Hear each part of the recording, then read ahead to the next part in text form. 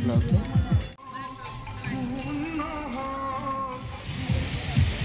ଦେଖନ୍ତୁ Udaypur sea beach, Udaypur sea beach ଆଉ Digha sea beach ପାଖାପାଖି ଅଛି। ଆପଣମାନେ ସି ବିଚ୍ ଯାଇପାରିବେ, ଦୀଘା ସି ବିଚ୍ ଯାଇପାରିବେ। ସେ ଦୀଘା ସି ବିଚ୍ ପୁଣି ଦୁଇଟା ଅଛି, ଗୋଟେ ହେଲା old C Digha C beach ଆଉ ଗୋଟେ ହେଲା ନ୍ୟୁ ଦୀଘା ସି ବିଚ୍।